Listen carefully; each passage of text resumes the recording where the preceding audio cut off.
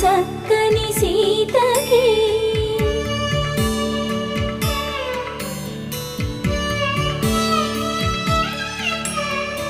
ఎర్ర జాబిలి చేయి రాముడేడని అడుగుతుంటే